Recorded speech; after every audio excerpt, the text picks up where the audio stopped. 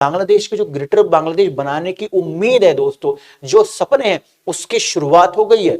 और ये शुरुआत उसने चीन के साथ मिलकर नॉर्थ ईस्ट राज्यों को भारत से अलग करके उन पर कब्जा करके ग्रेटर बांग्लादेश बनाया जाएगा। लेकिन दोस्तों अपने सपने को पूरा करने के लिए बांग्लादेश धीरे धीरे तैयारी कर रहा है। अस्सलाम वालेकुम जी, welcome back to my channel. Hope आप सब बिल्कुल ठीक ठाक होंगे। मेरा नाम स्मैन है, आप देखें इंस्पायरिंग रिएक्शंस यहाँ पे जी। बांग्लादेश ग्रेटर बंगाल बनाने की तैयारी कर रहा है।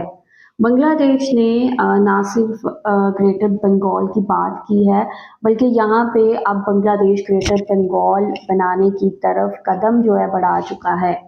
यहाँ पे बांग्लादेश की जानिब से जो स्टेप लिया गया है, उसके बाद से इंडियन मीडिया पे बहुत ज़्यादा हलचल मची हुई है। और इंडियन मीडिया कह रहा है कि बांग्लादेश ने ये जो स्टेप लिया है वो ग्रेटर बंगाल की तैयारी है। और इंडियन मीडिया जो है परेशानी का शिकार है कि आखिर ये हो क्या रहा है, होने क्या जा रहा है। तो पहले अभी आप लोगों के साथ मैं रिपोर्ट शेयर करती हूँ, इंडियन मीडिया इस हवाले से क्या बात कर रहा है। बहुत इंटरेस्टिंग रिपोर्ट है। चैनल पे न्यू है तो चैनल को सब्सक्राइब करें और बेल आइकॉन को क्लिक करें। तो चलते हैं, देखते हैं वीडियो, लेट्स गो। नमस्कार दोस्तों, मैं राहुल शर्मा आप सभी का हार्दिक स्वागत करता हूं डिकोड डिप्लोमेसी विद राहुल पर। पिछले कुछ दिनों से पूरी दुनिया एक अलग ही कश्मकश में लगी हुई थी। वो जानना चाह रहे थे कि भारत और यूरोपियन यूनियन के बीच में जो फ्री ट्रेड एग्रीमेंट होगा उससे किसको फायदा होगा, किसको नुकसान होगा, कौन कौन से प्रोडक्ट इस एग्रीमेंट के तहत इंक्लूड किए जाएंगे और कौन कौन से इससे बाहर रखे जाएंगे। बस इसी उलझन में पूरी दुनिया लगी हुई थी। लेकिन दोस्तों इसी बीच हमारा पड़ोसी मुल्क बांग्लादेश एक अलग ही तैयारी कर रहा था। जी हाँ, मैं उसी बांग्लादेश के बारे में बात कर रहा हूं जो भारत के सिलीगुड़ी कॉरिडोर यानी चिकन नेक पर कब्जा करने की बात करता है, अपने यहां पर हिंदुओं की हत्या करता है और तो और मुंगेरी लाल के ये सपने देखता है कि एक दिन भारत के नॉर्थ ईस्ट राज्यों को भारत से अलग करके उन पर कब्जा करके ग्रेटर बांग्लादेश बनाया जाएगा। लेकिन दोस्तों अपने सपने को पूरा करने के लिए बांग्लादेश धीरे धीरे तैयारी कर रहा है। मैं आपको ये बता दूं दोस्तों कि भारत के साथ जो 2015 में इंडस्ट्रियल इकोनॉमिक जोन बनाने के लिए जो लैंड एग्रीमेंट किया था बांग्लादेश सरकार ने, अब उस लैंड एग्रीमेंट को ब्रेक कर दिया गया है और वहां पर अब एक डिफेंस इकोनॉमिक जोन बनाया जाएगा। और इस डिफेंस इकोनॉमिक जोन में बनेंगे ड्रोन। और वो ड्रोन कौन बनाएगा पता है आपको? वो बनाएगा चीन दोस्तों। यानी कि जो ग्रेटर बांग्लादेश का बांग्लादेश सपना देख रहा है उसकी शुरुआत उसने कर दी है। आज इसी न्यूज को डिकोड करने की कोशिश करेंगे कि कैसे भारत के नॉर्थ ईस्ट राज्य को ब्रेक करने की बांग्लादेश कोशिश कर रहा है चीन के साथ मिलकर, और इसकी उसने शुरुआत कर भी दी है। चलिए इस न्यूज को डिटेल में समझने की कोशिश करते हैं दोस्तों। ये इस न्यूज को बांग्लादेश के कई सारे न्यूज़पेपर ने पब्लिश किया जिसमें बताया गया कि बांग्लादेश के चटगांव के मीर सराय में इंडियन इकोनॉमिक जोन के बजाय अब वहां पर डिफेंस इकोनॉमिक जोन बनाया जाएगा।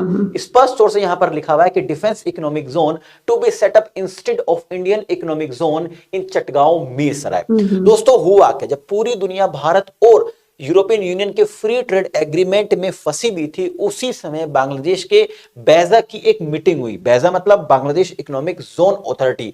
और इस मीटिंग की अध्यक्षता करी बांग्लादेश के caretaking prime minister professor Mohammad Yunus ने।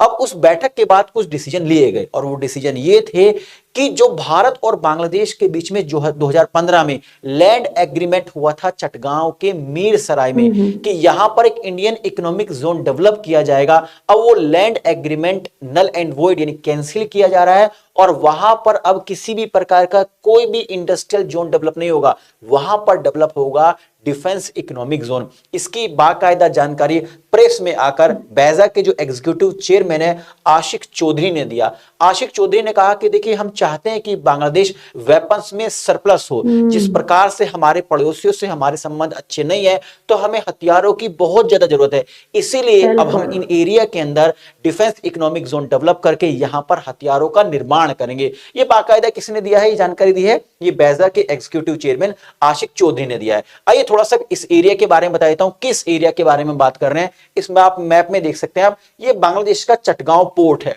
बेसिकली 2015 में जब शेख हसीना सरकार थी उस समय भारत सरकार ने ये एक एग्रीमेंट किया था, लैंड एग्रीमेंट किया था ताकि यहां पर एक इंडस्ट्रियल इकोनॉमिक जोन डेवलप किया जाए। इससे बांग्लादेश को भी फायदा होता और भारत को भी फायदा होता।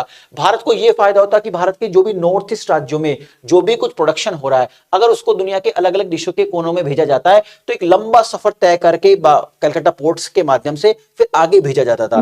अगर ये चटगांव पोर्ट के मीर सराय में इंडस्ट्रियल इकोनॉमिक जोन डेवलप हो जाता तो बाकायदा नॉर्थ ईस्ट से जो चटगांव की दूरी है वो 95 से 100 किलोमीटर, त्रिपुरा की जो डिस्टेंस है वो 95 100 किलोमीटर है।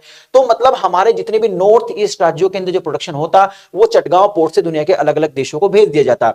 इससे बांग्लादेश को यह फायदा होता कि इनको टैक्स मिलता, टैरिफ मिलता, मतलब बांग्लादेश को भी फायदा था और भारत को भी फायदा था। इसीलिए 2015 में शेख हसीना सरकार के साथ भारत ने एग्रीमेंट किया। अब इस एग्रीमेंट को बाकायदा नल एंड वॉइड कर दिया। क्यों, क्या कह के नल एंड वॉइड किया गया, तो उसके बारे में जो बैजा के अधिकारियों ने कहा कि कई सालों तक ये जमीन यूं ही पड़ी थी, भारत ने इस पर किसी प्रकार का कोई काम नहीं किया, भारत ने इसमें किसी भी प्रकार के निवेश की कोई रुचि नहीं दिखाई। मतलब आपने बहुत अच्छी रुचि दिखाई है, मेरा सवाल है बांग्लादेश से।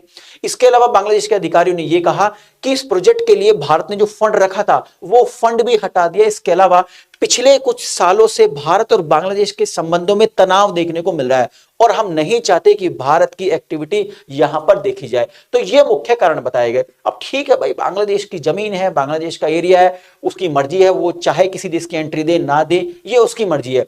लेकिन अब माजरा कुछ और ही समझ में आया दोस्तों कि क्यों भारत को साइड किया गया। उसका एक बहुत बड़ा कारण यह है दोस्तों कि यहां पर कुछ दिन पहले बताया गया था कि इस एरिया के अंदर, इस चटगांव के मीर सराय में डिफेंस इकोनॉमिक जोन डेवलप किया जाएगा, यानी यहां पर हथियार बनाए जाएंगे। अब बांग्लादेश की तो इतनी औकात नहीं है कि वो हथियार बना सके। अब उसकी इसमें मदद करेगी चीन की एक कंपनी जिसका नाम है China electronics technology group corporation. देखिए, भारत को साइड करते हुए बांग्लादेश ने चीन के साथ एक एग्रीमेंट किया, चीन की कंपनी के साथ एग्रीमेंट किया। आप पढ़ सकते हैं कि Bangladesh sign deal with Chinese firms to produce drone locally. मतलब अब इस डिफेंस इकोनॉमिक जोन में, यानी चटगांव के मीर सराय में, चाइना की हेल्प से जो बांग्लादेश है यहां पर ड्रोन डेवलप करेगा, ड्रोन बनाएगा।